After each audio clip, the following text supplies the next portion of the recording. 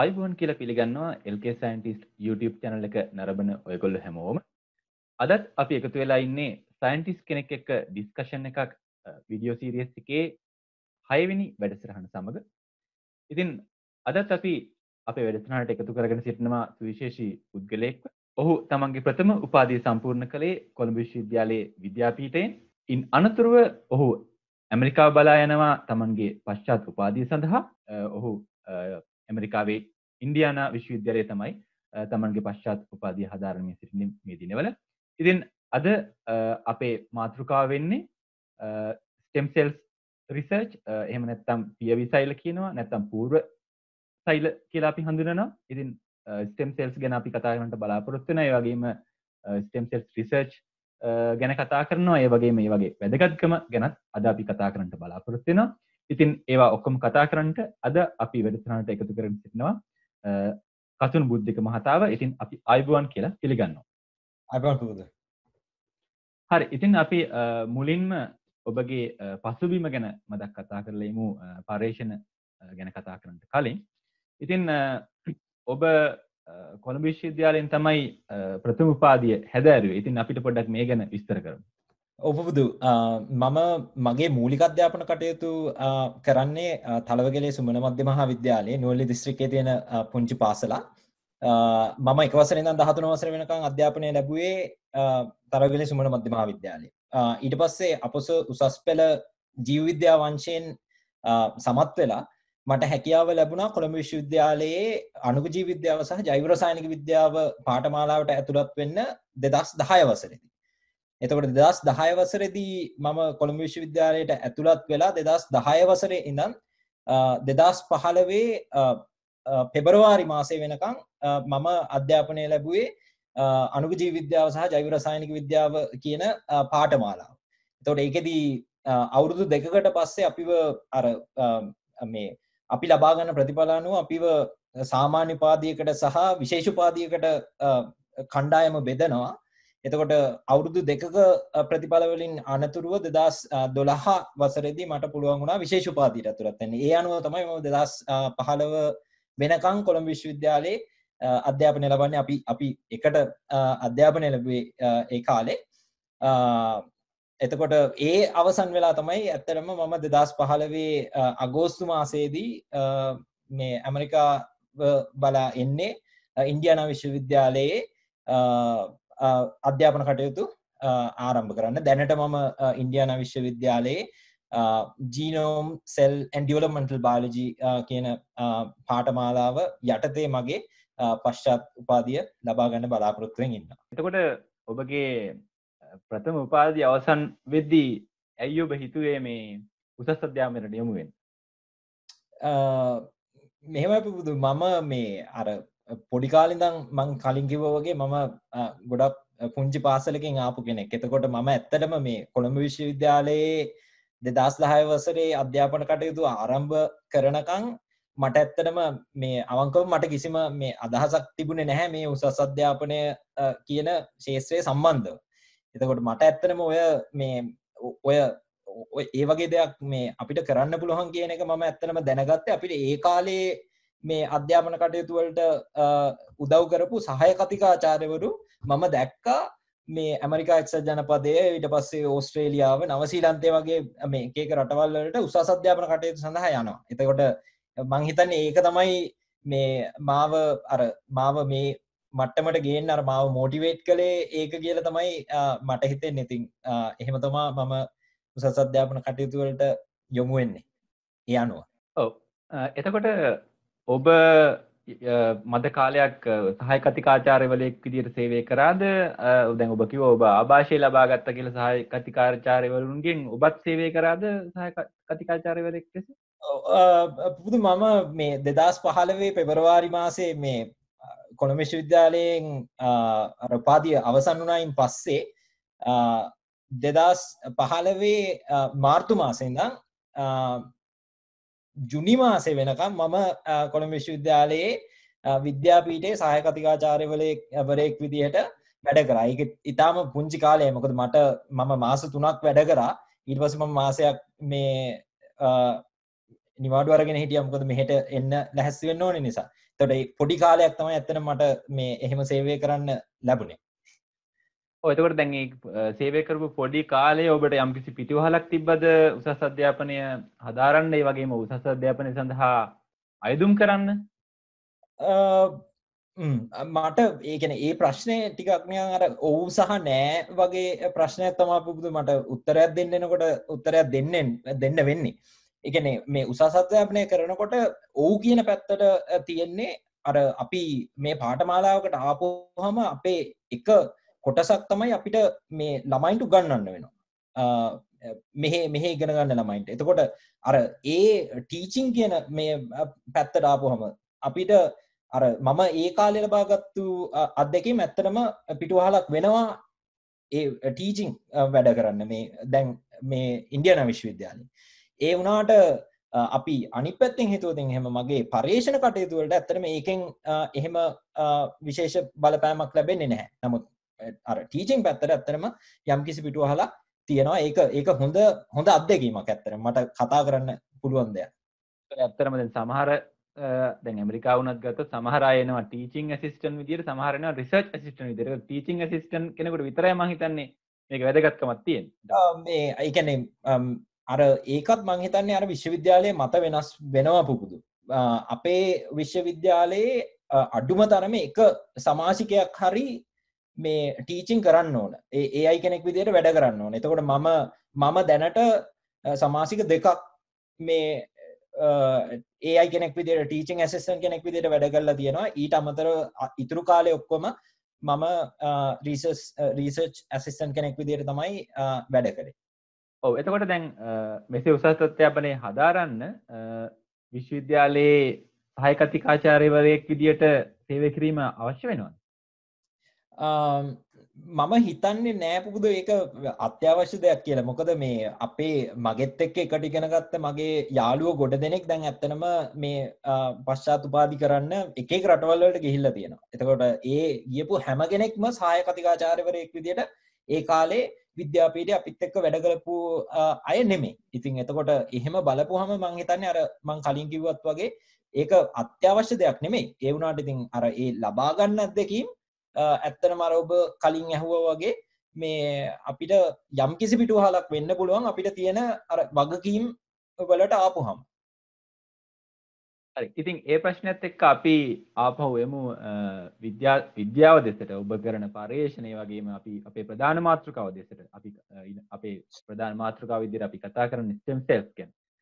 නැත්නම් අපි කියනවා පියවිසල්ල නැත්නම් පූර්වසෛල කියලා. ඉතින් අපි මේ පැත්තට යමු වුණොත් මම ප්‍රශ්න කිහිපයක් අහන්නම් ඔබෙන් ඔබේ පර්යේෂණ සම්බන්ධව. ඉතින් ඔබ දැනට මොනවා සම්බන්ධවද පර්යේෂණ කටයුතු කරන්නේ? පුබුදු මෙහෙමයි මම මේ සාමාන්‍ය උත්තරයක් දීලා මේ උත්තරය දෙන්න මම පටන් ගන්නවා. මේ දැන් ජෛව විද්‍යාත්මක පරීක්ෂණ කියලා ගත්තාම ජෛව විද්‍යාත්මක පරීක්ෂණ අපිට ප්‍රධාන වශයෙන් කාණ්ඩ තුනකට වෙන් කරන්න පුළුවන්. Basic biological research, applied biological research සහ ට්‍රාන්ස්ලේෂනල් රිසර්ච් කියලා. එතකොට මේ බේසික් බයොලොජිකල් රිසර්ච් කියලා කියන්නේ මූලික ජෛව රසායනික ක්‍රියාවලි සිද්ධ වෙන්නේ කොහොමද කියලා අධ්‍යයනය කරන පරීක්ෂණ තමයි මේ බේසික් රිසර්ච් කියන මේ කාණ්ඩයට අයිති වෙන්නේ. එතකොට එතනින් ගියපම ඇප්ලයිඩ් සහ ට්‍රාන්ස්ලේෂනල් රිසර්ච් කියලා කියන්නේ ඒ දෙකම එක වගේ යන මේ කාණ්ඩ දෙකක්.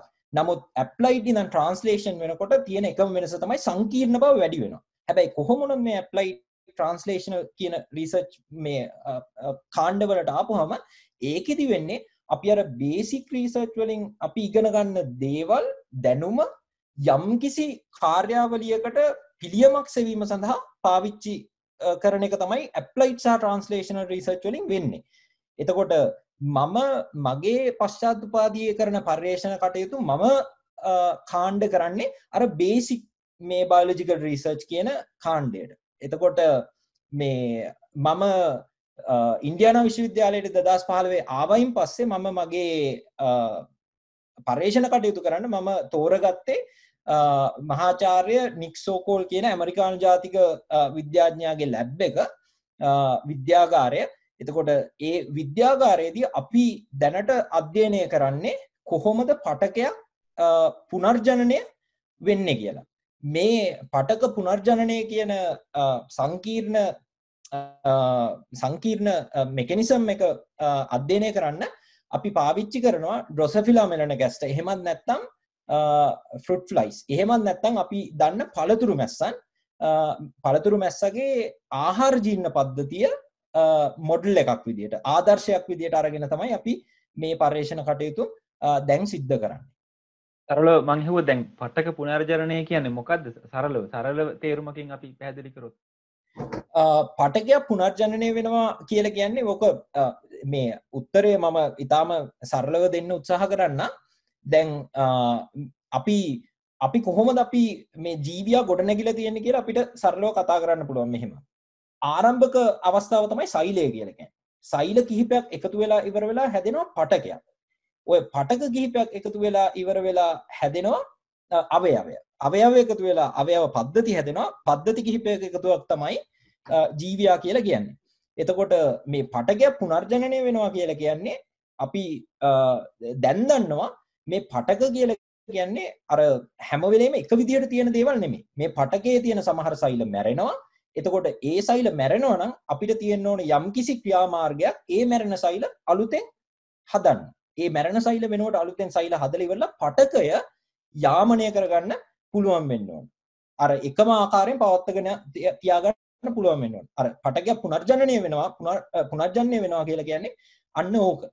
සෛල මැරෙනවා ඒ සෛල වෙනුවට අලුතෙන් සෛල හදලා සාමාන්‍ය මට්ටමේ පටකය පවත්වා ගන්නවා කියන එක. හරි. එතකොට දැන් ඔබ අපිට කිව්වා ඔබ පරීක්ෂණ කටයුතු කරන්නේ මේ පළතුරු මැස්ස යොදාගෙන කියලා. ඉතින් මේ පළතුරු මැස්ස අධ්‍යයනය කරලා පුළුවන්ද මිනිස්සු ගැන නිගමන වලට එන්න? ඊටාම හොඳ ප්‍රශ්නයක් පුබුදු. මේ දැන් පළතුරු මැස්ස කියලා කියන්නේ අපි අපේ පර්යේෂණ කටයුතු සඳහා පාවිච්චි කරන මොඩල් ඕගනිසම් කෙනෙක්. එහෙමත් නැත්නම් ආදර්ශ ජීවියෙක්. එතකොට මේ අපි මුලින්ම දැනගන්න ඕන මොකද්ද මේ කවුද මේ මොඩල් ඕගනිසම් කෙනෙක් කියන්නේ කියලා. ආදර්ශ ජීවියෙක් කියන්නේ කියලා. ආදර්ශ ජීවියෙක් කියලා කියන්නේ විද්‍යාගාරයකදී යම්කිසි ජෛවීය ක්‍රියාවලියක් අධ්‍යයනය කිරීම සඳහා යොදා ගන්න පුළුවන් මිනිසුන් නොවන ජීවි. එතකොට මේ මොඩල් ඕගනිසම්ස් ලට උදාහරණ ඕන තරම් දෙන්න පුළුවන්. දැන් උදාහරණ කීපයක් මම දෙන්නම්. බැක්ටීරියා. එතනින් ගියපුවම අපි පාවිච්චි කරනවා ඊස්. දැන් අපි පාම් පිපෙන්න දාන්නේ ඊස්. පාම් පිපෙන්න දාන ඊස් කියලා කියන්නේ සාමාන්‍ය ජෛව රසායනික ක්‍රියාවලිය අධ්‍යයනය කිරීම සඳහා පාවිච්චි කරන ආදර්ශ ජීවියෙක්. එතනින් ගියපුවම සී එලිගන්ස් කියලා කියන්නේ පණුවෙක්. සීබ්‍රෆිෂ් කියලා කියන්නේ මාළුවෙක්. එතනින් ගියපුවම මීයන් පාවිච්චි කරනවා ආදර්ශ ජීවීන් විදියට. එතනිනුත් ගියපුවම තව ගොඩක් ඉන්නවා. අපේ ක්‍රියාවලිය සඳහා අපි පාවිච්චි කරන්නේ පළතුරු මැස්සන්. ෆෘට් ෆ්ලයිස් තමයි අපි පාවිච්චි කරන්නේ අපේ පර්යේෂණ කටයුතු සඳහා. එතකොට දැන් අපි මොන මොඩල් ඕගනිසම්ද ආදර්ශ ජීවියද පාවිච්චි කරන්නේ කියන එක ඇත්තටම අපි අහන්න යන විද්‍යාත්මක පැනය අනුව තීරණය වෙන දෙයක්. ඒ අර මොකද්ද මගේ choice එක කියන එක තීරණය වෙන්නේ මොකද්ද මගේ ප්‍රශ්නය කියන එක අනුව. එතකොට කොහොම වුණත් අපි ඊගාවට අහන්න ඕන ප්‍රශ්නේ තමයි ඇයි මෙහෙම මොඩල් ඕගනිසම් කෙනෙක් අපි පාවිච්චි කරන්නේ කියන එක. එතකොට ඔබට තේරෙනවා ඇති දැන් මේ ප්‍රායෝගික හේතුන් මත අපිට ගොඩක් වෙලාවට මේ ජෛව විද්‍යාත්මක සංසිද්ධි අධ්‍යයනය කිරීම සඳහා මිනිස්සු අපිට පාවිච්චි කරන්න බැහැ ප්‍රායෝගික හේතුන් මත. ඒ නිසා අපිට ඕනි විද්‍යාගාරයක තියෙන සීමිත ඉඩක් තුල විශාල සංඛ්‍යාවලින් අභිජනනය කරගන්න පුළුවන් විශාල සංඛ්‍යාවලින් බ්‍රීඩ් කරගන්න පුළුවන් ජීවියෙක් තමයි අපිට ඕනේ මේ ජෛව විද්‍යාත්මක ක්‍රියාවලිය අධ්‍යයනය සඳහා. ඒ විතරකුත් මදි. එතනින් ගියපුවාම මේ අපි මොකක් හරි පාවිච්චි කරන මේ ජීවියා මිනිස්සයාට ජානමය වශයෙන් සමාන වෙන්න ඕනේ. දැන් මේක අපිට ගොඩක් වෙලාවට තේරෙන්නේ නැති දෙයක්. දැන් උදාහරණයක් විදිහට ගත්තහම අපි දන්නවා මීයා. දැන් මීයා සහ මිනිස්සයා කියලා කියන්නේ මෝෆොලොජිකලි එහෙම නැත්නම් මේ බාහිර පෙනුමේ සෑහෙන වෙනස්නේ. ඒ වුණාට ඇත්තටම ජානමය මට්ටමට ගියාට පස්සේ ජානමය මට්ටමේදී මීයා සහ මිනිස්සයා 85% විතර එකිනෙකට සමානයි. ජානමය මට්ටමේදී. එතකොට එතනින් ගියපුවාම සීබ්‍රෆිෂ් කියලා කියන්නේ මාළුවෙක්. නමුත් මේ මාළුව 70%ක් විතර ජානමය වශයෙන් මනුස්සයාට සමානයි.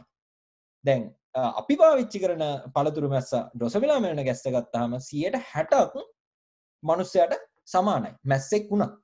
එතකොට මේකෙන් පේනවා ඇති අර දැන් පාවිච්චි කරන මේ ආදර්ශ ජීවීන් නැත්නම් මොඩල් ඕගනිසම්ස් මේ මිනිස්සුන්ට ඊටාම ජානමය වශයෙන් කිට්ටු නිසා අපිට පුළුවන් මේ ආදර්ශ ජීවියෙක් පාවිච්චි කරලා අපි හොයාගන්න දැනුම ගොඩාක් වෙලාවට ඩිරෙක්ට්ලි කෙලින්ම අපිට පුළුවන් මනුස්සයාට ඒ විදිහටම ඇප්ලයි කරන්න. හරි. මම උදාහරණ දෙකක් දෙන්නම් ඒ වගේ වෙච්ච සාර්ථක වුණ අවස්ථා දෙකකට.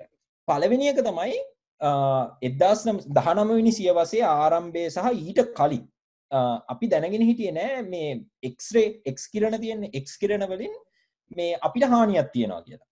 එතකොට 1946 වසරේදී හර්මන් ජේ මුලර් කියන විද්‍යාඥයා වෛද්‍ය විද්‍යාව පිළිබඳ නොබෙල් ත්‍යාගය දිනා ගන්නවා. මොකද ඔහු හොයාගත්ත පළතුරු මැස්සන් පාවිච්චි කළා පළතුරු මැස්සන් එක්ස් කිරණ වලට නිරාවරණය වුණොතින් දිගු කාලයක් ඒගොල්ලන්ගේ ජාන විකරණය නැත්තම් ජීන් මියුටේෂන්ස් වෙන්න පුළුවන් කියලා. එතකොට මේක දැන් බලන්න ඊට පස්සේ අපි ඒක දැනගත්තා. එහෙනම් මේක පළතුරු මැස්සට විතරක් නෙමෙයි මේක මනුස්සයටත් ඒ විදිහටම වෙනවා. ඊට පස්සේ අපි මොනවද කරන්නේ?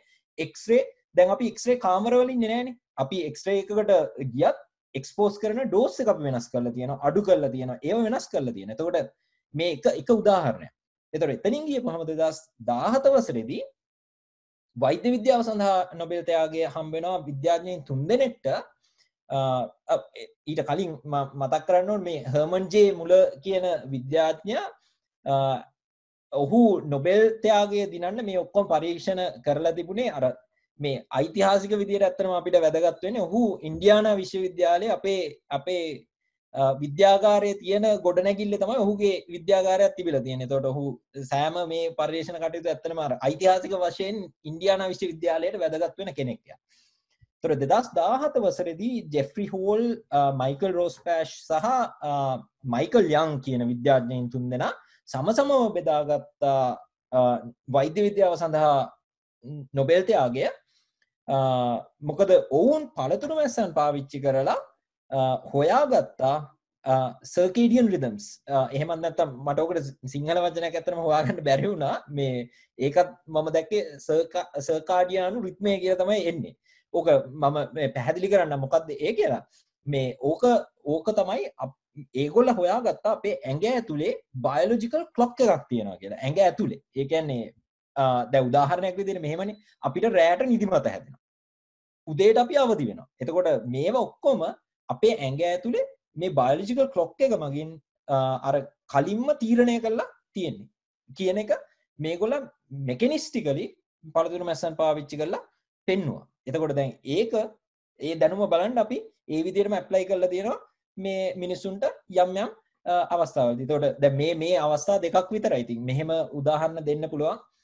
හැබැයි මේ සමස්තයක් විදිහට මට කියන්න තියෙන්නේ මේ මොඩල් ඕගනිසම්ස් නැත්නම් ආදර්ශ ජීවීන් ගෙන් අපි මේ වෙද්දී ඇත්තනම මේ හිතාගන්න බැරි තරම් දැනුම් සම්භාරයක් ලබාගෙන තියෙනවා ජෛව විද්‍යාත්මක විදිහට හැම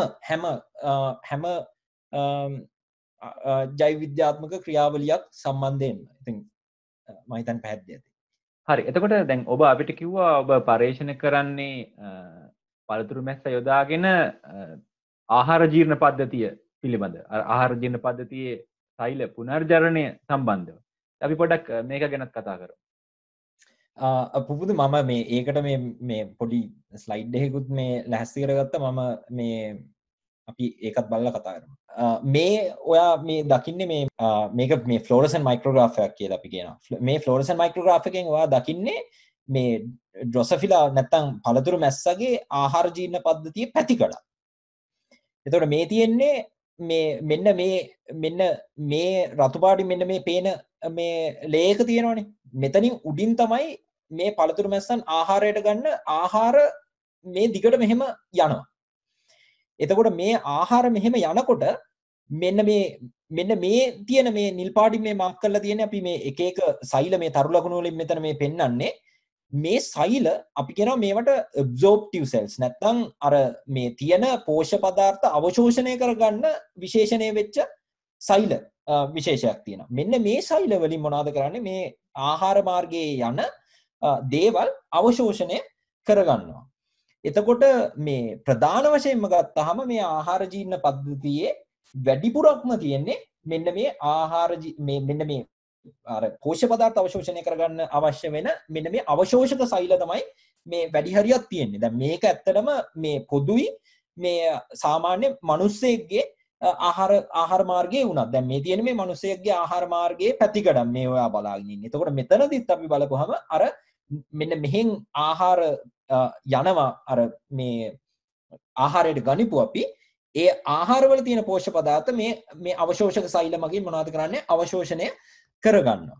එතකොට අර ව්‍යුහාත්මකව මිනිස්සයාගේ ආහාර මාර්ගයයි පළතුරු මැස්සගේ ආහාර මාර්ගයයි ඇත්තටම ව්‍යුහාත්මකව ඊටාම සමානයි. ඒතර මම කිව්වා වැඩි හරියක්ම මේ ආහාර මාර්ගයේ තියෙන්නේ මේ අවශෝෂක සෛල කියලා. එතකොට බලන්න මෙහෙම දෙයක් වෙනවා. දැන් අපි ආහාරයට ගන්නකොට අපි ගන්න ආහාරවල විස බීජ තියෙන්න පුළුවන්. හානිකර දේවල් තියෙන්න පුළුවන්. එතකොට වෙන්නේ මේ සෛල මේ අවශෝෂක සෛල මගින් මොනවද කරන්නේ? මේ විෂ බීජ හරි හානිකර ද්‍රව්‍ය හරි අවශෝෂණය කරගන්නවා. එතකොට මේ වගේ අවස්ථාවල් වලදී වෙන්නේ මේ අවශෝෂක සෛල හැම වෙලේම මේ විෂ බීජ වලට අනවශ්‍ය දේවල් වලට නිරාවරණය වෙලා තියෙන නිසා මේ සෛල ඊ타මත්ම වේගයෙන් මරණයටපත් වෙනවා. වේගයෙන් මැරෙනවා. එතකොට ඔහොම අපි කල්පනා කරොත් එහෙනම් බලන්න අපි ජීවිත කාලේ අපි අවුරුදු 80ක් විතර අවුරුදු 70ක් 80ක් විතර අපි සාමාන්‍යයෙන් ජීවත් වෙනවනේ. එතකොට හැම දවසකම මෙහෙම සෛලය මැරිලා ගියොත් එහෙම අපි යම් අවස්ථාවක් තියෙනවා මේ අවශෝෂක සෛල ටික ඔක්කොම නැති වෙලා යන්න ඕනේ. හැබැයි එහෙම වෙන්නේ නැහැ. එතකොට එහෙම වෙන්නේ නැති වෙලා තියෙන පුබුදු මෙන්න මේ කොළ පාටින් වාට මේ පේන්නේ මේ ඩොට්ස් වලින් මේ අර මේ ඇරෝ හෙඩ්ස් වලින් අපි මේ මාක් කරලා තියෙන්නේ. මේවා තමා මෙන්න මේ විදියට මේ ඩ්‍රොසොෆිලාගේ මේ නැත්තම් පළතුරු මැස්සගේ ආහාර මාර්ගයේ තියෙනවා සෛල විශේෂයක්. අපි ඒවට තමයි කියන්නේ intestinal stem cells නැත්තම් ඔබ කියපු අර පියවි සෛල කියලා කියන්නේ. මෙන්න මේ පියවි සෛල කියලා මේ ගහණයක් තියෙනවා මේ ආහාර මාර්ගයේ පුරාම විහිදිලා. එතකොට අරමුණ තමා මෙන්න මේ වගේ අවශෝෂක සෛලයක්. දැන් අපි හිතමු මෙන්න මේ අවශෝෂක සෛලය යම්කිසි හේතුවක් නිසා මැරෙනවා. එතකොට ළඟම තියෙන ස්ටෙම් සෙල් එක නැත්තම් මේ පියවි සෛලය මේකනේ. මේ සෛලය අලුතෙන් සෛලයක් හදලා ඉවර වෙලා අර මැරුණ සෛලය රීප්ලේස් කරනවා. එතකොට මේ විදිහට මොකද කරන්නේ? මේ පියවි සෛල මගින් මේ ආහාර මාර්ගය සාමාන්‍ය මට්ටමින් හරියට පවත්වගෙන යනවා. එතකොට දැන් වෙද්දී අපි මේ විදිහටම මම නොකිව්වට අපේ ආහාර මාර්ගෙත් මේ විදිහටම ස්ටෙම් සෙල් පොපියුලේෂන් එක එහෙම නැත්නම් මේ අර පියවි සෛල මේ ප්‍රජාවක් තියෙනවා අපේ ආහාර මාර්ගයේ. ඒ විදිහටම අපේ ආහාර මාර්ගයේත් අර වගේ අවශෝෂක සෛල මැරෙනවා නම් අර පියවි සෛල මගින් ඒ වලුතෙන් හදලා ඉවර වෙලා මේ අර නැති වුණ සෛල රීප්ලේස් කරනවා. හරි. එතකොට අපි දැන් වෙද්දී අපි ඇත්තනම මේ අධ්‍යයනය කරන්නේ අපි තවම හරියට දන්නේ නැහැ කොහොමද මේ තියෙන පියවි සෛලය දැනගන්නේ මේ ළඟ තියෙන අවශෝෂක සෛලය මැරෙනවා කියලා. මොකද මේක මැරෙනවා කියලා මේ සෛලය මෙයාට කියන්න බෑ මේක මේ වෙනුවට අලුතෙන් සෛලයක් හදන්න නම්. ඕක වෙන්නේ කොහොමද කියලා අපි දන්නේ නැහැ. කොටින්ම කිව්වොත් එහෙම අපි තාම අධ්‍යයනය කරනවා කොහොමද මේ පියවි සෛලයක් විදිහට මෙතන තියාගෙන ඉන්නේ කියලා. අපි ඒක දන්නෙත් නැහැ. ඉතින් අන්න ඔය පියවි සෛල කොහොමද මේ පටකය තුල මේ විදිහට තියාගෙන ඉන්නේ? ඊට පස්සේ කොහොමද පියවි සෛලයක් අර ළඟ සෛලයක් මැරෙනකොට අලුතෙන් සෛලයක් හදලා ඒක රීප්ලේස් කරන්නේ කියන ප්‍රධාන ප්‍රශ්න ටික තමයි ඇත්තටම අපි අපේ විද්‍යාගාරය තුල දැන් වෙද්දී අධ්‍යයනය කරන්න උත්සාහ කරන්නේ. හරි. එතකොට දැන් ඔබ අපිට කිව්වා මේ ආහාර ජීර්ණ පද්ධතියේ තියෙන පියවි සෛල ගැන. ඒ ඇත්තටම මොනවද මේ පියවි සෛල එහෙම නැත්නම් මූලික සෛල කියලා කියන්නේ? ඔව් පුබුදු. දැන් මේ ස්ටෙම් සෙල් එකක් නැත්තම් පියවි සෛලයක් කියලා කියන්නේ අපි නිකන් මේ උදාහරණයක් විදිහට ගත්තාම නිකන් මැටි ගුලියක් වගේ, තෙත මැටි ගුලියක් වගේ. එතකොට තෙත මැටිකුලියක් කියන්නේ අපිට ඒක හැඩය වෙනස් කරන්න පුළුවන්, ප්‍රමාණය වෙනස් කරන්න පුළුවන්. හරිම මේ අර ෆ්ලෙක්සිබල් කියලා අපි කියන නම්‍යශීලී හරිම. මේ ඒ වගේ සෛලයක් තමයි ස්ටෙම් සෙල් එකක් කියලා කියන්නේ. ඒ කියන්නේ සරලව ගත්තොත් එහෙනම් මේ ස්ටෙම් සෙල් එකකට පුළුවන් අපේ ඇඟේ තියෙන ඕනෑම සෛලයක් බවට පරිවර්තනය වෙන්න. ඕනනම් පේශි සෛල හදන්න පුළුවන්, ඕනනම් රුධිර සෛල හදන්න පුළුවන්, ඕනනම් නියුරෝන සෛල හදන්න පුළුවන්. ඒ විතරක් නෙමෙයි දැන් අපේ ඇඟ ඇතුලේ තියෙන බොහෝමයක් සෛල වලට නැති ෆීචර්ස් දෙකක් නැත්තම් මේ ලක්ෂණ දෙකක් මේ පියවි සෛල වලට තියෙනවා. කරන්න පුළුවන් දේවල් දෙකක් තියෙනවා. අනිත් සෛල වලට මේවා කරන්න බෑ. අංක 1 තමයි මේ සෛල වලට පුළුවන් ප්‍රොලිෆරේට් වෙන්න. එහෙම නැත්නම් අපි ඒකට කියනවා විභාජනය වෙන්න. විභාජනය වෙනවා කියලා කියන්නේ බෙදිලා අලුතෙන් සෛල හදනවා කියන එක. අංක 2 තමයි විභේදනය කියලා කියන්නේ. එහෙම බෙදිලා සෛල හදලා ඒ සෛල යම්කිසි කාර්යයක් සඳහා විශේෂණය කරවන්නත් පුළුවන් හැකියාව තියෙනවා මේ ස්ටෙම් සෙල්ස් වලට. ඔකට අපි කියනවා ප්‍රොලිෆරේෂන් සහ ඩිෆරෙන්ෂියේෂන් කියලා. එතකොට මේ ස්ටෙම් සෙල්ස් අපි ගත්තාම දැන් මේ පළවෙනි කාටුන් එකේ හරිම සරලව මේක පෙන්නන්නේ. නමුත් ස්ටෙම් සෙල්ස් නැත්නම් මූලික සෛල ගත්තාම මේවත් වර්ගීකරණය කරලා තියෙනවා දැන් වෙද්දී. අපි දන්නවා මේ ස්ටෙම් සෙල්ස් ගත්තාම මේකත් තවමත් මේ වර්ගීකරණය මම පෙන්නන එකත් මේකත් සරල කරපු වර්ගීකරණයක් තවම. මීටත් වඩා අපිට වර්ගීකරණය කරන්න පුළුවන් ස්ටෙම් සෙල්ස් දැන් වෙද්දී. හරි. කොහොම වුණත් මේ ස්ටෙම් සෙල්ස් ප්‍රධාන වශයෙන් අපිට වර්ග කරන්න පුළුවන් ටෝටිපෝටන්ට් ස්ටෙම් සෙල්ස්, ප්ලූරිපෝටන්ට් ස්ටෙම් සෙල්ස් සහ මල්ටිපෝටන්ට් ස්ටෙම් සෙල්ස් කියලා. එතකොට සරලයි. මෙන්න මේ දේ තමයි අපි තේරුම් ගන්න ඕනේ. මේ ටෝටිපෝටන්ට් ඉඳන් මල්ටිපෝටන්ට් වෙනකන් උඩ ඉඳන් පල්ලෙහාට එනකොට මේ කාටුන් එකේ පේන විදියට මේ එක එක ස්ටෙම් සෙල්ස් වලට හදන්න පුළුවන් අලුතෙන් හදන්න පුළුවන් සෛල විශේෂ ගාන මොකද වෙලා තියෙන්නේ? අඩු වෙලා තියෙනවා.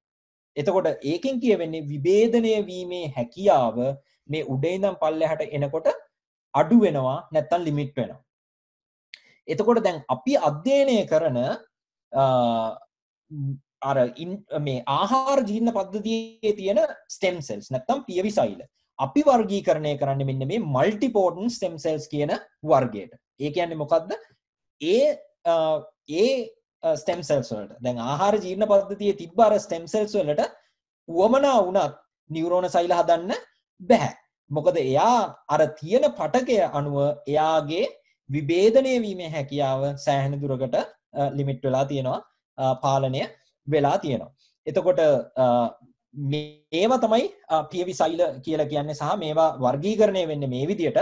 මට මෙතන මේ ඇත්තටම මේ අර highlight කරන්න ඕනුනේ මේ multipotent stem cells කියන මේ අර වර්ගීකරණය සහ multipotent stem cells. මොකද මේවා තමයි මේ අපි අධ්‍යයනය කරන ඔය පටකවල තියෙන stem cells. එතකොට පුබුදු මේ තව අමතර දෙයක්. දැන් මේ අපි ගොඩාක් කාලයක් හිතාගෙන හිටියේ ඇත්තටම මේ පටකවල මෙහෙම මේ stem cells තියෙනවා, මේ පටකවල stem cells තියෙනවා කියන එක මේක ඇත්තටම අපි මේ මෑත කාලයකදී දැනගත්ත දෙයක්. අපි හිතාගෙන හිටියේ මේ ගොඩාක් මේ අපේ තියෙන පටකවලට මෙහෙම රීජනරේට් නැත්තම් මේ පුනර්ජනනය වීමේ හැකියාවක් නැහැ කියලා ගොඩක් කාලයක් යනකම්. නමුත් අපි දැන් දන්නවා දැන් මේ වෙද්දී අලුතෙන් මේ එන දත්ත අනුව අපි දැන් දන්නවා අපේ ඇඟේ තියෙන බොහෝමයක් පටක ඇත්තටම මේ පුනර්ජනනය වීමේ හැකියාවක් තියෙනවා. හැබැයි පටකයෙන් පටකයට පුනර්ජනනය වීමේ හැකියාව වෙනස්. දැන් උදාහරණයක් විදිහට ගත්තාම ආහාර මාර්ගයේ ස්ටෙම් සෙල්ස් තියෙනවා. ඊට පස්සේ හෘද වස්තුවේ ස්ටෙම් සෙල්ස් තියෙනවා.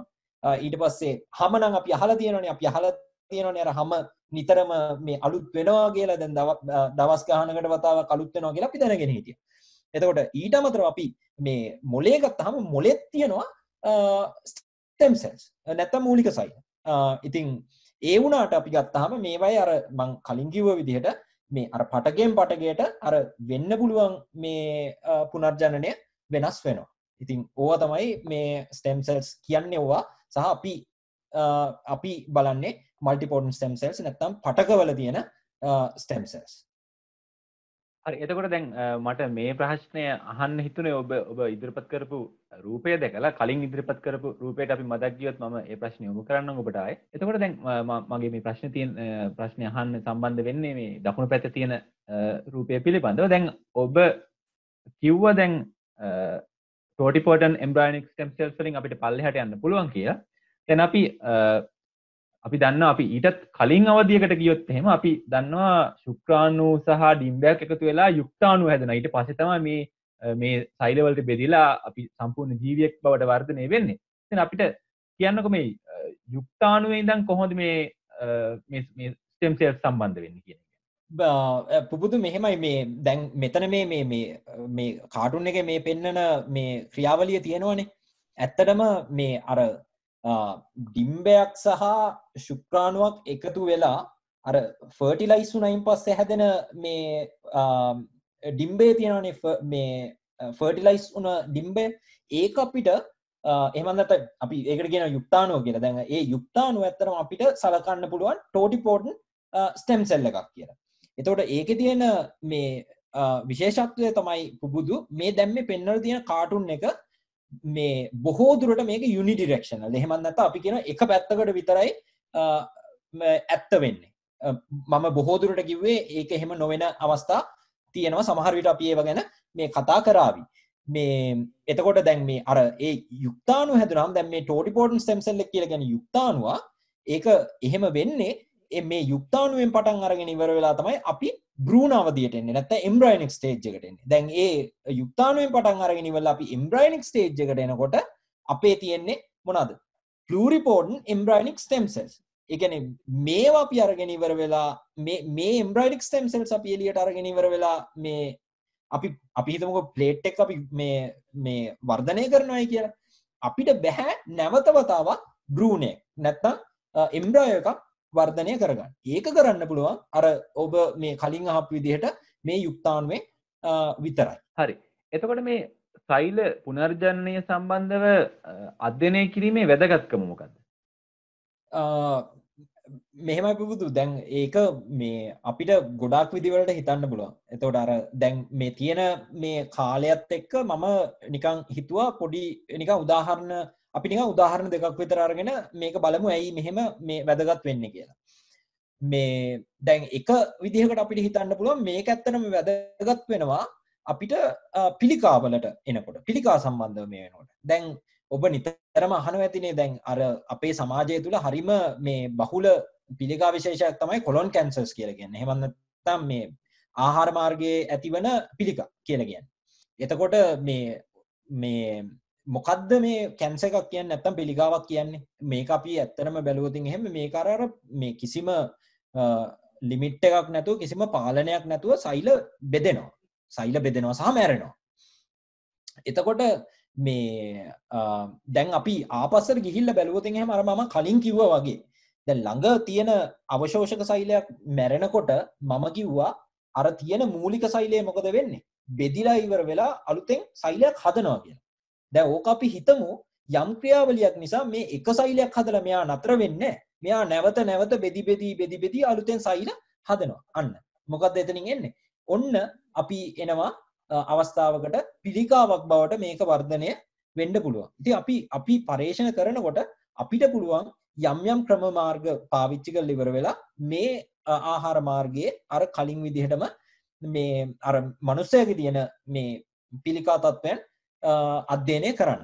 එතකොට දැන් ඕක එක මේ උදාහරණයක්. දැන් මේ සෛල පුනර්ජනනය ගැන අර කොහොමද මේ මූලික සෛලයන් නැත්තම් ස්ටෙම් සෙල් එක අර ඕනවට වඩා බෙදෙන්නේ නැතුව අවශ්‍ය ප්‍රමාණයට විතරක් බෙදිලා නතර වෙන්නේ කියන එක අධ්‍යයනය අර ඒ මොලිකියුලර් මෙකැනිසම්ස් දැනගන්න එක අපිට වැදගත් වෙනවා. දැන් ඕක එක උදාහරණයක්. අංක දෙක විදියට අපිට ගත්ත හැකි ඒජින් නැත්තම් වයසට යන එක. දැන් මොකද්ද වයසට යනකොට වෙන්නේ? වයසට යනකොට වෙන එක දෙයක් තමයි කාලයත් එක්ක අපේ තියෙන පටකයන් නැත්තම් අවයව ඉන්ද්‍රී මොකද වෙන්නේ? ඩීටියරේට් වෙනවා. නැත්තම් අපි ඒකට කියනවා මේ පිරිහෙනවා කියලා කාලයත් එක්ක. හරිද? එතකොට මේ දැන් මේකත් ඇත්තටම මේ ගොඩ කාලයක් මේ ඒජින් එක්ක මේ මූලික සෛල නැත්තම් ස්ටෙම් සෙල්ස් පියවි සෛල මේ අර ලින්ක් කරලා තිබුණේ නැහැ. නමුත් මේ මෑත කාලේ අපි හිතන්න පටන් ගත්තා මේ වයසට යනකොට අපේ පටකයන් පිරිහෙනවා. ඩීටියරේට් වෙනවා. එහෙනම් මේ පටකයක් නැවත පුනර්ජනනය කරගන්න මේ ගොඩක් පටකවල මූලික සෛල තියෙනවා. එහෙනම් වයසට යනකොට වෙනවා ඇත්තේ මේ මූලික සෛල හරියට වැඩ කරන්නේ නැතුව ඇති. එහෙනම් අපි හොයාගත්ත තින් එහෙම මේ මූලික සෛල කොහොමද හරියට ඇයි වයසට යද්දි වැඩ කරන්නේ නැත්තේ කියලා අපිට හොයාගන්න පුළුවන් වුණොත් එහෙම අන්න අපිට පුළුවන් අර වයසත් එක්ක මේ පටක ඩීටියරේට් වෙන එක නැත්තම් අර මේ පිරිහීමට ලක් වෙන එක අපිට පාලනය කරගන්න පුළුවන්. දැන් ඔය ඇවිල්ලා මේ හොඳ අපිට ගන්න පුළුවන් උදාහරණ දෙකක් විතරයි. ඉතින් ඔය වගේ උදාහරණ ඕන තරම් මේ මට දුන්න හැකි. නමුත් මේ උදාහරණ දෙකෙන් මම හිතන්නේ පැහැදිලි වෙනවා ඇති මේක කොච්චර අපිට ඇත්තටම වැදගත් වෙනවද කියලා. හරි. එතකොට දැන් ඔබ කිව්වා අපිට පිය විශාල අධ්‍යයනය කිරීමේ වැදගත්කම. ඉතින් අපි දැනගන්න කැමති දැන් ඔබ මොනවද අලුතෙන් පිය විශාල සම්බන්ධව සොයාගත්ත දේවල් මම හිතුවා පුබුදු පොඩි මේ බෑග්ග්‍රවුන්ඩ් එක පොඩි මේ අර පොඩි දැනුමක් මේ දෙන්න චුට්ටක් නිකන් මේක තේරුම් ගන්න අපිට පහසු වෙන විදියට. එතකොට මේ දැන් අපි දන්නවා මේ ජීන් එක්ස්ප්‍රෙෂන් එහෙම නැත්නම් මේ ජාන ප්‍රකාශනය වීම. මේක තමයි ඇත්තටම මේ හැමදේම වැදගත් වෙන්නේ. හැම දෙයක්ම ඇත්තටම අපේ හැම ජෛව ක්‍රියාවලියක්ම බොහෝ දුරට තීරණය වෙන්නේ මේ ජාන ප්‍රකාශනය නැත්නම් ජීන් එක්ස්ප්‍රෙෂන් වෙන්නේ කොහොමද කියන එක මත. හරි මේ ජීන් එක්ස්ප්‍රෙෂන් නැත්නම් ජාන ප්‍රකාශනය කියලා කියන්නේ මෙන්න මේ වගේ ක්‍රියාවලියක්. අපේ සෛලවල තියෙනවා DNA. DNA කියලා කියන්නේ අපේ තියෙන හැම දෙයක්ම හැම මේ තොරතුරු සියල්ලම ගබඩා කරපු හිතන්න නිකන් මේ ඩිස්ක් එකක් වගේ නිකන්. හරිද? එහෙම නැත්නම් අපි මම මේ තව අපිට නිකන් අර ටිකක් නිකන් මේ හුරුපුරුදු උදාහරණයක් මම ගන්න හිතුවා. අපි නිකන් DNA හිතන්න පුළුවන් නිකන් බ්ලූප්‍රින්ට් එකක් වගේ. නිකන් ගොඩනැගිල්ලක අපි පාවිච්චි කරන මොකද්ද? මේ සැලැස්ම වගේ නිකන් හදන්න කලින්. හරිද? එතකොට මුලින්ම මොකද කරන්නේ මේ ජාන ප්‍රකාශනය වෙනකොට මේ DNA වලින් හදනවා අතරමැදි අණුවක් mRNA අණුවක් කියලා. හරිද?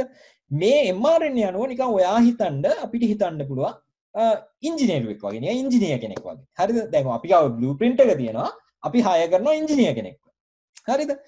එතකොට ඉංජිනේර තමයි අර මේ ඊට පස්සේ ඉංජිනේර මොකද කරන්නේ? ඉංජිනේර තමයි බිල්ඩින් එක හදන්නේ. අන්න ඒක තමයි වෙන්නේ. දැන් මේ mRNA එක පාවිච්චි කරලා ඉවරලා ඊට පස්සේ මොකද වෙන්නේ? මේකෙන් හදනවා තවත් අණු විශේෂයක් ප්‍රෝටීන් කියලා. මේක ඔයාට අපි අපේ අර ගත්ත අර ෆැමිලිය උදාහරණය හැටියට අපිට ගත්ත හැකි මේක අර ඉංජිනේරුවා බ්ලූප්‍රින්ට් එක දිහා බලාගෙන හදපු බිල්ඩින් එක. හරිද? එතකොට මෙහෙම හිතන්නකෝ බ්ලූප්‍රින්ට් එක වෙනස් වෙනකොට දැන් ඔයා හදන්න යන මේ බ්ලූප්‍රින්ට් එක අනුව ඔයා තීරණය කරනවා මොන ඉංජිනේරුවද පාවිච්චි කරන්න ඕනේ කියලා. හරිද? ඒ ඉංජිනේරුවා ඊට පස්සේ හදන බිල්ඩින් එක මොකද වෙන්නේ? එකිනෙකට වෙනස් වෙනවා. හැබැයි හැමදේම තීරණය වෙන්නේ මොකක් මතද? මේ ඔයාගේ මුලින් තියෙන බ්ලූප්‍රින්ට් එක මත. නැත්තම් DNA මත තමයි DNA මත තමා හැදෙන ප්‍රෝටීන් එක තීරණය වෙන්නේ. හැබැයි අන්තිමට සෛලයක සිදුවන ජෛවීය ක්‍රියාවලි කියන මට්ටමට ආපුහම ඒ හැම දෙයක්ම තීරණය කරන්නේ මේ බ්ලූප්‍රින්ට් එකෙන් හැදිලා ආපු මෙන්න මේ ප්‍රෝටීන් කියන අණු මගින්. මෙයාලා තමයි ජොබ්ස් ඔක්කොම කරන්නේ. හරිද? සෛලයක් ඇතුලේ වෙන ජෛවීය ක්‍රියාවලි බොහෝමයක් සිද්ධ කරන්නේ ප්‍රෝටීන් අණු මගින්. මම කියන්නේ නෑ මේ අතරමැදි හැදෙන mRNA අණු වලින් ඇති වැඩක් නැහැ කියලා. ඒවයිනුත් කරන විශේෂ කාර්යයන් තියෙනවා මේ ප්‍රෝටීන් එක හදනවට අමතරව. නමුත් මේ ප්‍රෝටීන් තමා විශාලම කාර්යභාරයක් කරන්නේ අන්තිමට මේ සෛල වලින් මොනවද කරන්නේ කියන එක. හරි. එතකොට ප්‍රෝටීන් අණුව තියෙන ප්‍රෝටීන් අණුව මොකද වෙන්නේ? ඒ සෛලයේ අනන්‍යතාව වෙනස් වෙනවා සහ සෛලෙන් කෙරෙන්නේ මොකද්ද කියන එක වෙනස් වෙනවා. හරිද? එතකොට දැන් මගේ අධ්‍යයන කටයුතු වලදී මම අධ්‍යයනය කරන දේවල් වලින් මම හොයාගත්ත එක දෙයක් තමයි මෙතන මම මේ අද මේ ෂෙයා කරන්න බලාපොරොත්තු වෙන්නේ. ඒක තමයි මේ මෙතනින් මම පෙන්වන්නේ. එතකොට මම හොයාගත්ත පුබුදු අපි අපේ පර්යේෂණ කටයුතු වලදී මේ මෙන්න මෙතන මේක ෆ්ලෝරසන්ට් මයික්‍රෝග්‍රාෆ් එකක්. නමුත් මෙතන මම පෙන්වන්නේ එක ප්‍රෝටීනයක්. මම මෙතන මේ පෙන්වන්නේ අපි හොයාගත්තා මේ මෙන්න මෙතන මේ තියෙන්නේ intestinal stem cells නැත්නම් මේ අර ආහාර ජීර්ණ පද්ධතියේ තියෙන stem cell දෙකක්. හරිද? මට මේක කිව්ව හැකි මේක දිහා බලලා ඉවරලා. නමුත් ඔයාලට පේනවා ඇති මේ සෛලවල ඔබට පේනවා ඇති මේ විශාල ඊටාම මේ දීප්තිමත් මේ පංක්ත විශේෂයක්. ඒ කියන්නේ පොඩි නිකන් ඩොට්ස් ගොඩක් තියෙනවා මේ සෛලය ඇතුලේ. මෙන්න මේවට අපි කියනවා processing bodies නැත්නම් P bodies කියලා. හරිද? එතකොට මේකෙදි විශේෂත්වය තමයි මේ ළඟපාත මේක මේ ඇවිල්ලා මේ ආහාර මාර්ගයේ කොටසක්. හරිද? මේ වටේ තියෙනවා අර අවශෝෂක සෛලත්. මම අර කිව්වේ තව සෛල වර්ගයක් තියෙනවා කියලා. නමුත් ඔයාලට පේනවා ඇති මේ වටේ ඔයාලට මේ ඩොට් පේන්නේ නැහැ. මේ ඩොට් පේන්නේ මේ අර ඉන්ටෙස්ටිනල් අර තියෙන ස්ටෙම් සෙල්ස් වල විතරයි. එතකොට මේක තමයි මේ හරිම අර අපිට තිබ්බ නිකන් අර සෑහෙන අර නිකන් යුරේකා මොමන්ට් එක. මේක නිකන් අර නිකන් දැක්කාම හරි මේ මොකද මේක මේ ස්ටෙම් සෙල්ස් වලට විශේෂිත වුණු ව්‍යුහයක්. එතකොට අපිට දැනගන්න ඕන මොකක්ද මේ ව්‍යුහය වෙන්නේ කියලා මේ සෛල වලට. ඇයි මේවා තියෙන්නේ? දැන් අනිත් අවශෝෂක සෛල වල නැතුව ඇයි මේවා විතරක් මේවා තියෙන්නේ? එතකොට මෙහෙමයි. මම ගත්ත ක්‍රියාවලිය තමයි මේක මේ උදාහරණයක් කොහොමද අපි මේ බයොලොජිකල් රිසර්ච් කරන්නේ කියන එකත්. ඇත්තට මේ අහන කෙනෙක්ට මේ අපි ගත්ත අප්‍රෝච් එක තමයි අපි හිතුවා හරි එහෙනම් ඉතින් අපි බලමු මොකක් හරි මේ තත්වයක් හොයාගන්න මේ ව්‍යුහයක් හැදෙන්න බැරි. හරිද?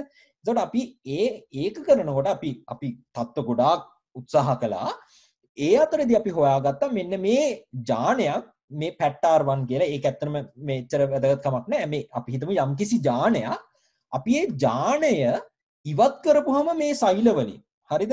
ඒ ජානයෙන් හැදෙන එතකොට මොකද්ද වෙන්නේ? ප්‍රෝටීන් එක නෑ මේ සෛලය ඇතුලේ. හරිද?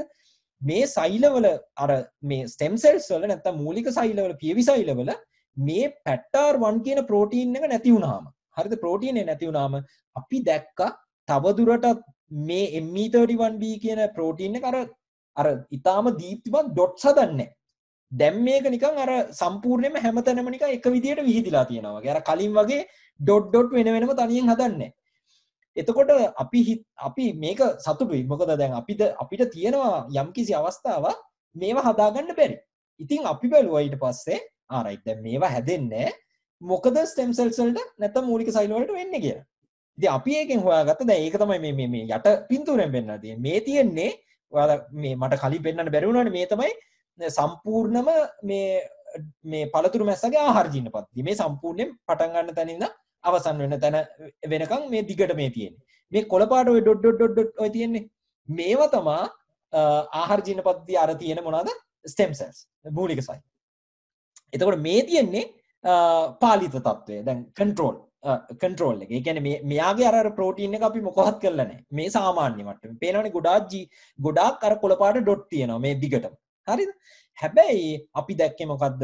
මෙන්න මේ ජානය මේ දවස් කීපයකට පස්සේ ඇත්තටම මේ දවස් කීපයකට පස්සේ මේක නැති වෙලා බලන්න මෙතනට එනකොට මොකද වෙලා තියෙන්නේ? අර කොළ පාට ඩොට් ප්‍රමාණය සෑහෙන දුරට මොකද වෙලා තියෙන්නේ? අඩු වෙලා තියෙනවා. එතකොට මේකෙන් අපි ආවා සාරාංශයකට අපි කියනවා මෙන්න මේ processing bodies නැත්තම් මේ අර ස්ටෙම් මූලික සෛල වලට විශේෂිත වුණ ව්‍යුහය තියෙන්නේ මේ processing bodies අපි පෙන්නලා දුන්නා වැදගත් වෙනවා කියලා මූලික සෛල මේන්ටේන් කරගන්න නැත්තම් මූලික සෛල විදියට තියාගන්න වැදගත් වෙනවා කියලා. ඒව නැති වුණාම මූලික සෛල විදියට ඉන්න බැරි වෙනවා. ඒ නිසා කාලයත් එක්ක මොකද වෙන්නේ? මූලික සෛල නැති වෙනවා. මේ පොඩි කාලයකට පස්සේ මේක අපි තව දින කිහිපයකට පස්සේ බලපුවාම මේකේ තියෙන්නේ නිල් පාට විතරයි. කොළ පාට මොනවත් නැහැ. ඉතින් ඕක තමයි මේක මේ අපි ඇත්තටම මේ මෑතකදීම මම මේ අපි මේ අවසන් කරපු මේ එකක් නිසා තමයි මම මේ කියන්න හිතුවේ මේක ගැන. මේ අපි හොයාගත්ත දේවල් වලින් එක දෙයක්. ඔබ කලින් සඳහන් කරා දැන් පියවි සෛල තමයි පටක පුනර්ජනනයට හේතු වෙන්නේ. ඉතින් ඒත් එක්කම ඔබ කිව්වා දැන් මේ පියවි සෛල ශරීරයේ සෑම තැනකම තියෙනවා. දැන් කලින් ඒක සොයාගෙන තිබ්බේ නෑ. දැන් වර්තමානයේ ඒක සොයාගෙන තියෙනවා.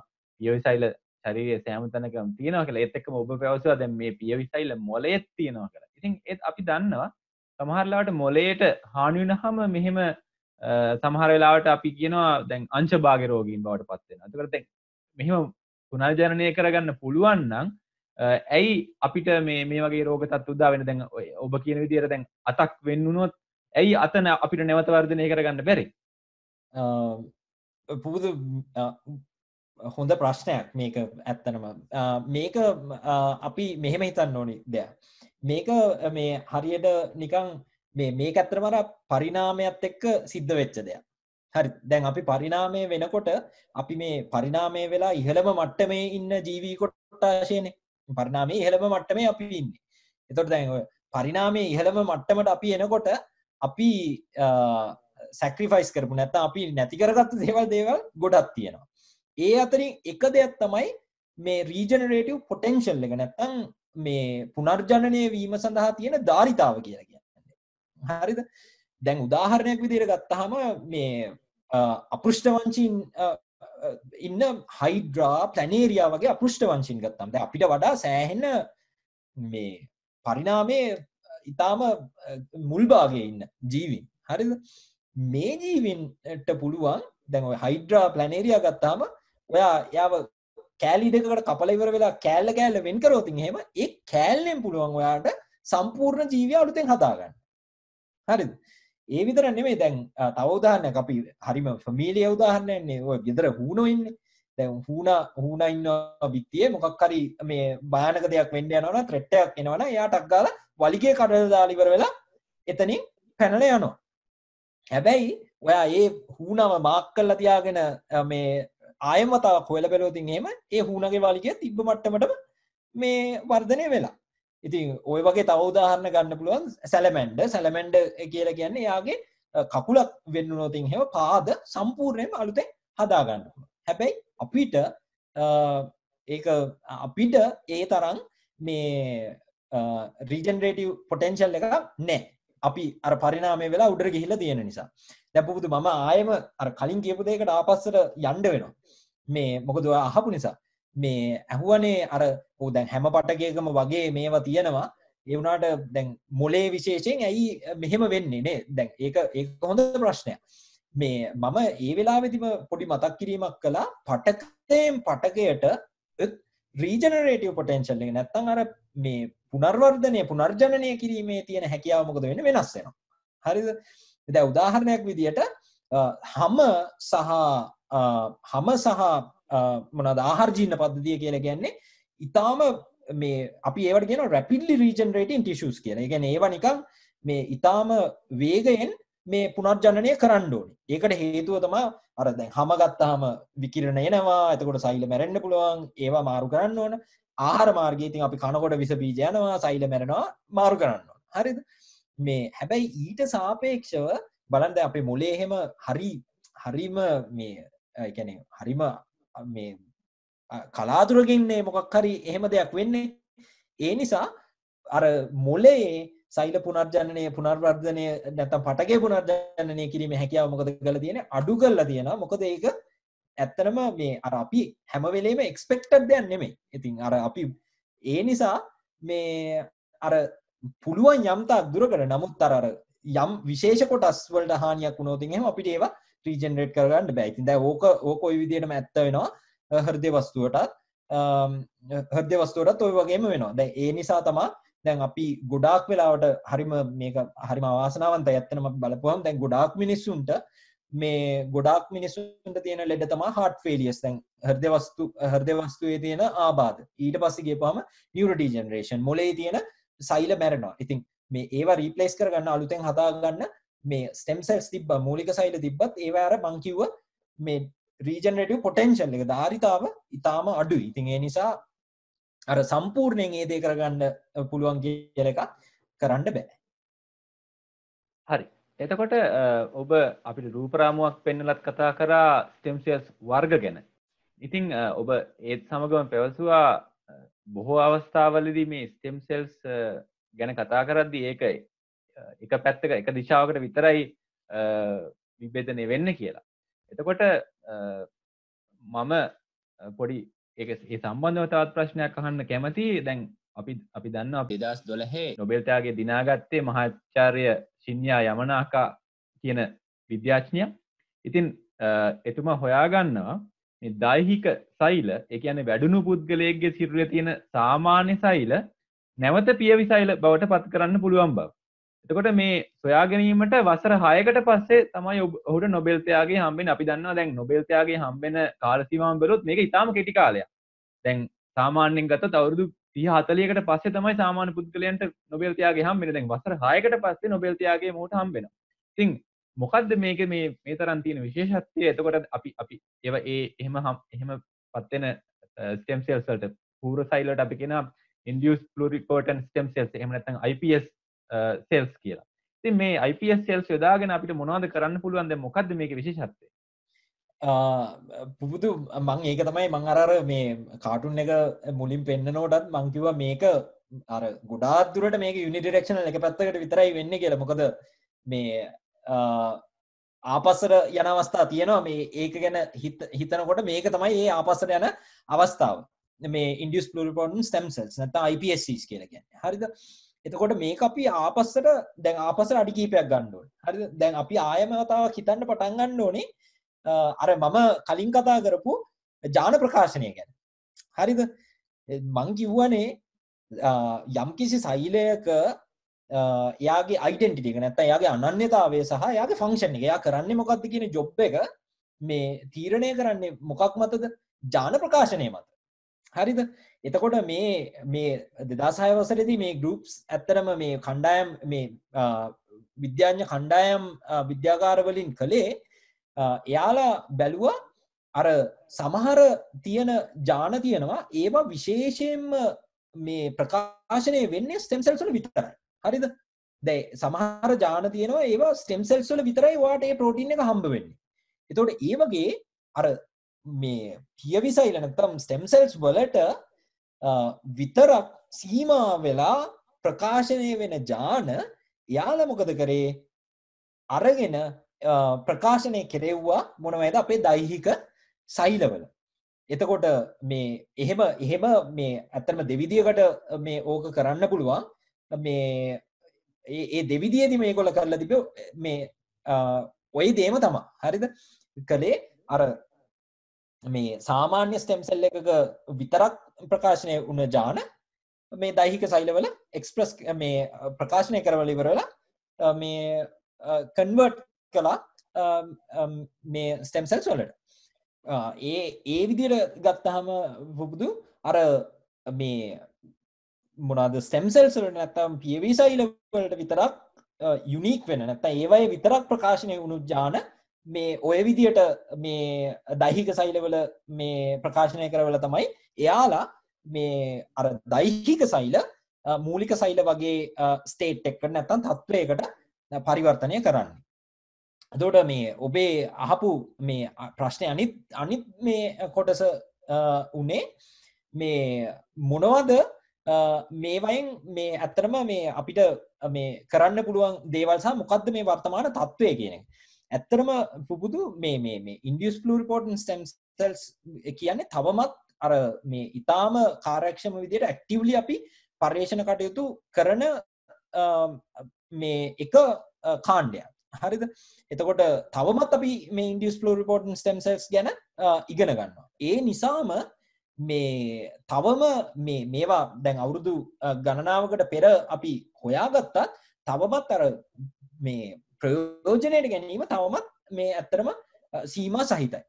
එතකොට මේවා ඇත්තටම දැන් වෙද්දී අපි ඇත්තටම මේ විද්‍යාගාරවල මේ induced pluripotent stem cells ගොඩක් දුරට පාවිච්චි කරන්නේ මිනිස්සුන්ගේ තියෙන මේ අපි ඕකට කියනවා මේ to model human diseases කියලා. ඒ කියන්නේ මේ අර මිනිස්සුන්ගේ තියෙන මේ රෝගී තත්ත්වයන් අපි මොඩල් කරන්න අපි මේ induced pluripotent stem cells පාවිච්චි කරලා තියෙනවා. ඊට අමතරව තව එක දෙයක් තමයි මේ induced pluripotent stem cells වල තියෙන වාසියක් තමයි අපි ඒවා හොයාගත්තයින් පස්සේ මේ අපි මේවට කියනවා අර මේ සමහර මේකට අපි කියනවා මේ ඩ්‍රග් ස්ක්‍රීන්ස් කියලා. ඒ කියන්නේ අපි මේ මිනිස්සුන්ට මේ ස්ටෙම් සෙල්ස් සම්බන්ධව ස්ටෙම් සෙල් කන්ට්‍රෝල් කරන්න නැත්නම් ස්ටෙම් සෙල් පාලනය කරන්න පුළුවන් මේ රසායනික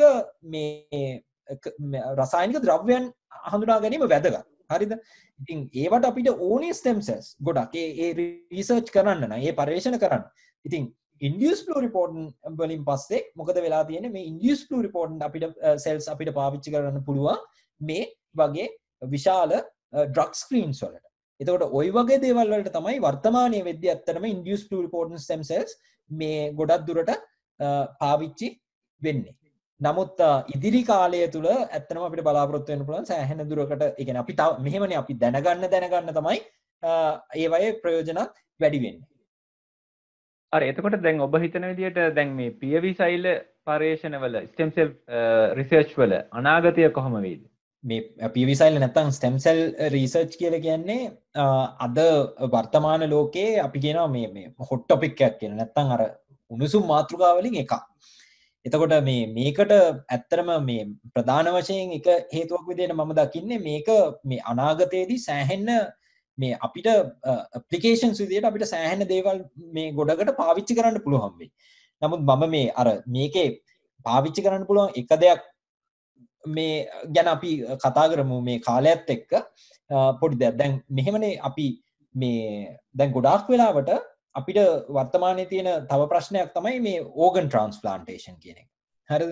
එතකොට දැන් මේ අපි හිතමු මේ සමහර දැන් මිනිස්සුන්ගේ ගොඩක් වෙලාවට ඕගන් ෆේලියර්ස් වෙනවා. දැන් උදාහරණයක් විදිහට මේ අපි හිතමු නිකන් හાર્ට් ෆේලියර් එකක් ආවා කියලා. හරිද? ඒක හાર્ට් ෆේලියර් එකක් වගේ ආපු වෙලාවක තියෙන මේ පිළියම තමයි අපිට මේ යම් කෙනෙක්ගේ නැත්තම් අර ගැළපෙන හෘද වස්තුවක් හොයලා ඉවර වෙලා ඒ අදාළ පුද්ගලයාට ට්‍රාන්ස්ප්ලාන්ට් කරන එක. නමුත් මේ අපි නිකන් හිතලා බැලුවොත් එහෙම මේක ඉතාම කාලයක් ගත වෙන ක්‍රියාවලියක් සහ මේ ගැළපෙන මේ හෘද වස්තුවක් එහෙමත් නැත්තම් වකුගඩුවක් එහෙමත් නැත්තම් මේ අක්මාවක් සොයා ගැනීම හරිම අපහසුයි. එතකොට ඒ වගේ වෙලාවකදී මේ ගොඩක් වෙලාවට මිනිස්සු මැරෙනවා මේ අපිට අර මේ නිසි කාලය තුලදී ඕගන් එකක් හොයාගන්න බැරි වෙච්ච නිසා. ඉතින් දැන් ඕකට මේ විසඳුම් හොයන්න නැත්තරම විවිධ ක්‍රියාමාර්ග දැන් වෙද්දි අරගෙන තියෙනවා. දැන් අපි උත්සාහ කරනවා වෙන සත්තුන්ගේ ඇතුලේ හියුමනයිස් මේ ඕගන්ස් හදන්න. හරිද? මේ අපිට ගැලපෙන විදිහට මේ ඕගන්ස් හදන්න. ඉතින් ඊට අමතරව ඇත්තටම මේ ස්ටෙම් සෙල්ස් පාවිච්චි කරලා නැත්නම් මේ පියවි සෛල නැත්නම් මූලික සෛල පාවිච්චි කරලත් අපිට මේක කරන්න පුළුවන් විදියක් තියෙනවා. මේකට අපි මේ බ්‍රෝඩ්ලි අපි මේකට කියනවා මේ ස්ටෙම් සෙල් තෙරපි කියලා. හරිද? දැන් මේක වෙන්නේ මේ වගේ දෙයක්. අපිට පුළුවන් ස්ටෙම් සෙල්ස් නැත්තම් මේ මූලික සෛල නැත්තම් පියවි සෛල මේ විද්‍යාකාර තත්ත්වයේ යටතේ වීදුරු මේ තැටිවල මේ වර්ධනය කරගන්න පුළුවන්. ඊට පස්සේ මේ ක්‍රියාවලියක් මේ ඇක්ටිවේෂන් කියන ක්‍රියාවලිය පාවිච්චි කරලා ඉවරලා අපි කියන එකට ස්ටෙම් සෙල්ස් අපි ඇක්ටිවේට් කරනවා කියලා. මෙන්න මේ ක්‍රියාවලිය පාවිච්චි කරලා ඉවරලා අපිට පුළුවන් මේ තියෙන ස්ටෙම් සෙල්ස් මේ ඕන්නම් පරිවර්තනය කරන්න හෘද සෛල වලට. එහෙමත් නැත්නම් අපිට පුළුවන් ආහාර මාර්ගයේ සෛල වලට පරිවර්තනය කරන්න. නැත්නම් ස්නායු සෛල බවට පරිවර්තනය කරන්න. එතකොට අපි නිකන් මේ අනාගතේ මේක තාම ඇත්තටම ටිකක් දුරින් තියෙන්නේ. නමුත් අනාගතයේ දැන් මේ අපි මේ කරන මේ ගොඩාක් ලැබ්ස් මේක ගැන මේ දැන් අධ්‍යයනය කරනවා. ඉතින් මෑත කාලයකදී මේක වෙයි. අපිට කරන්න පුළුවන් දෙයක් තමයි අපිට පුළුවන් මේ ඇක්ටිවේටඩ් ස්ටෙම් සෙල්ස් එහෙනම් දැන් හાર્ට් ෆේලියර් එකක් නම් තියෙන්නේ අර මේ ලෙඩේ තියෙන මනුස්සයාගේ හෘද වස්තුවේ හෘද පේශි වලට අපිට ඉන්ජෙක්ට් කරන්න පුළුවන්. එතකොට අදහස තමයි අර ෆේලියර් එක වෙලා තියෙන්නේ සෛල අකර්මණ්‍ය වීම නිසා ඒ අකර්මණ්‍ය වුණු සෛල වෙනුවට අලුතෙන් සෛල අර අපි ඉන්ජෙක්ට් කරපු ස්ටෙම් සෙල්ස් වලින් අලුතෙන් හදලා ඒක මේ හෘද වස්තුව සුව කරන්න පුළුවන්. ඉතින් ඕක කොයි විදිහටම අපිට හිතුව හැකි නියුරෝ ඩිජෙනරේෂන් යම් කෙනෙක්ගේ ස්නායු සෛල මැරෙනවා නම් අපිට පුළුවන් ඒ වගේ තැනකට මේ මොනවාද මේ අර ඇක්ටිවේටඩ් මේ ස්ටෙම් සෙල්ස් මේවා කරලා ඉවර වෙලා අර මැරෙන ස්නායු සෛල වෙනුවට අලුතෙන් සෛල හදන්න. ඉතින් ඕක මේ එක මේ ඇප්ලිකේෂන් එකක්. ඉතින් ওই වගේ මේ සෑහෙන ඇප්ලිකේෂන්ස් ගොඩක් මේ තියෙනවා. ඉතින් මේ ඔය එකක් විතරයි ඒ අතරින්. හරි. එතකොට දැන් අපි දැන් පියවි සෛලවල අනාගතය කතා කරා. එතකොට දැන් අපි සාමාන්‍ය විදිහට ගත්තොත් එහෙම මේ ජෛව විද්‍යාත්මක පර්යේෂණ නැත්නම් මේ රිසර්ච් වල අපේ තියෙන අපි නෝමල් කරන රිසර්ච් වල අනාගතය කොහොම වගේ වෙයිද? මේ ඕක මේ හරිම නිකන් ඒ කියන්නේ මේ අර කාලෝචිත ප්‍රශ්නයක් පුබුදු මේ ඕක. දැන් මෙහෙමයි අපි ආපස්සට පොඩ්ඩක් ගිහිල්ලා බලමු මේ බයොලොජිකල් රිසර්ච් නැත්නම් ජෛව විද්‍යාත්මක පරීක්ෂණ කොහොමද මේ ඉවෝල්ව් වෙන්නේ නැත්නම් පරිණාමය වෙන්නේ කියලා. හරිද? අපි මුලින්ම ඇත්තටම මේ මුල් කාලේදී අපි මේ සැලකුවේ සෛලය කියන අර පොඩිම යුනිට් එක සෛලය අපි සෛලය බලමු කියලා. හරිද? හැබැයි ඊට පස්සේ අපි පටන් ගත්තා සෛල විතර නෙමෙයි මේ සෛලයක් කිව්වහම තනියෙන් තියෙන එක මේකෙන් ඇත්තටම දැනගන්න පුළුවන් දේවල් මේ සීමිතයි. ඊට පස්සේ අපි පටන් ගත්තා සෛලය නෙමෙයි සෛල ගොඩක් එකතු වෙලා පටකයක් හැදෙනවා. මේ සෛලය වැඩ කරන්නේ කොහොමද කියන එක ළඟ තියෙන අනිත් සෛල මත තීරණය වෙනවා. ඊට පස්සේ අපි පටන් ගත්තා මොනවද? පටකය පිටින් අධ්‍යයනය කරන්න. හරිද? ඊට පස්සේ අපි පටන් ගත්තා නෑ දැන් මෙහෙම පටක තියෙනවා දැන් අවයවයක් තියෙනවා. දැන් අපි ආහාර ජීර්ණ පද්ධතිය ගමුකෝ. ආහාර ජීර්ණ පද්ධතිය මේ දැන් අවයවයක් තියෙනවා. ඊට පස්සේ අපි පටන් ගත්තා නෑ දැන් මේ අවයවය මෙහෙම තිබ්බට මෑත කාලේ අපි මේ ඔය හුඟක් නිකන් අර ඉහළ මේ මට්ටමේ තියෙන මේ ජර්නල්ස් වල පබ්ලිෂ් වුණ පේපර්ස් මේ අධ්‍යයනයන් පෙන්නලා දුන්නා දැන් මේ ආහාර ජීර්ණ පද්ධතිය කියලා මෙහෙම තිබ්බට මේක ආහාර ජීර්ණ පද්ධතිය පාලනය කරනවා මොලේනෝ. එතකොට අපි දැන් පටන් ගන්නවා මේ නෑ මේ අවයව දැන් මෙහෙම මේ අවයවයක් ගත්තට මේ අවයවය තනියම වැඩ කරන්නත් බෑ. මේකට තව මේ පණිවිඩ එනවා. මොලෙන් පණිවිඩ එනවා. මේ තව තැන් වලින් පණිවිඩ එනවා. ඊට පස්සේ අපි පටන් ගත්තා මේ අවයව අතර කතා කරන ඒවා ගැන පටන් ගන්න. මේ මම මේ කියන්නේ මේ එවොලුෂන් කොහොමද මේක මේ පරිණාමය වෙන්නේ කියලා. හරිද? ඊට පස්සේ දැන් මේ අනාගතයේ එන්නේ ඇත්තටම මේ අපි කියනවා මේවා මල්ටි ඩිසිප්ලිනරි රිසර්ච් කියලා. දැන් අපි යන්නේ ඒ යුගයට. හරිද? එතනදී වෙන්නේ අපි බයොලොජි කියලා කියන්නේ බයොලොජි තනියෙන් නෙමෙයි. ඊට පස්සේ අපි පටන් ගනි බයොලොජි විතරක් තනියෙන් මේව කරලා බෑ. අපිට බයොලොජිත් ඕනි. කෙමිස්ට්‍රි චුට්ටකුත් රසායන විද්‍යාව චුට්ටකුත් ඕනි. ඊට පස්සේ අපිට බයෝ ෆිසික්ස් චුට්ටකුත් ඕනි. ඊට පස්සේ අපිට මේ රොබොටික්ස් ඉංජිනේරින් චුට්ටකුත් ඕනි. අන්න ඒ දිශාවට තමයි අපි දැන් යමින් පවතින්නේ. හරි. ඉතින් ඒ ප්‍රශ්නයත් සමගින් අද අපේ වැඩසටහනේ අවසාන ප්‍රශ්නයට අපි යමු වෙනවා. ඉතින් අපිට කියන්නකෝ ඔබ ලබාගත්තු හොඳම achievement එක මොකද්ද ජීවිතේ? මම හිතන්නේ ඔබ ගොඩක් achievements ලබා ගන්න තියෙනවා. ඔබ අපසට හැල්ල බැලුවොත් ඔබ ලබාගත්තු හොඳම achievement එක මොකක්ද?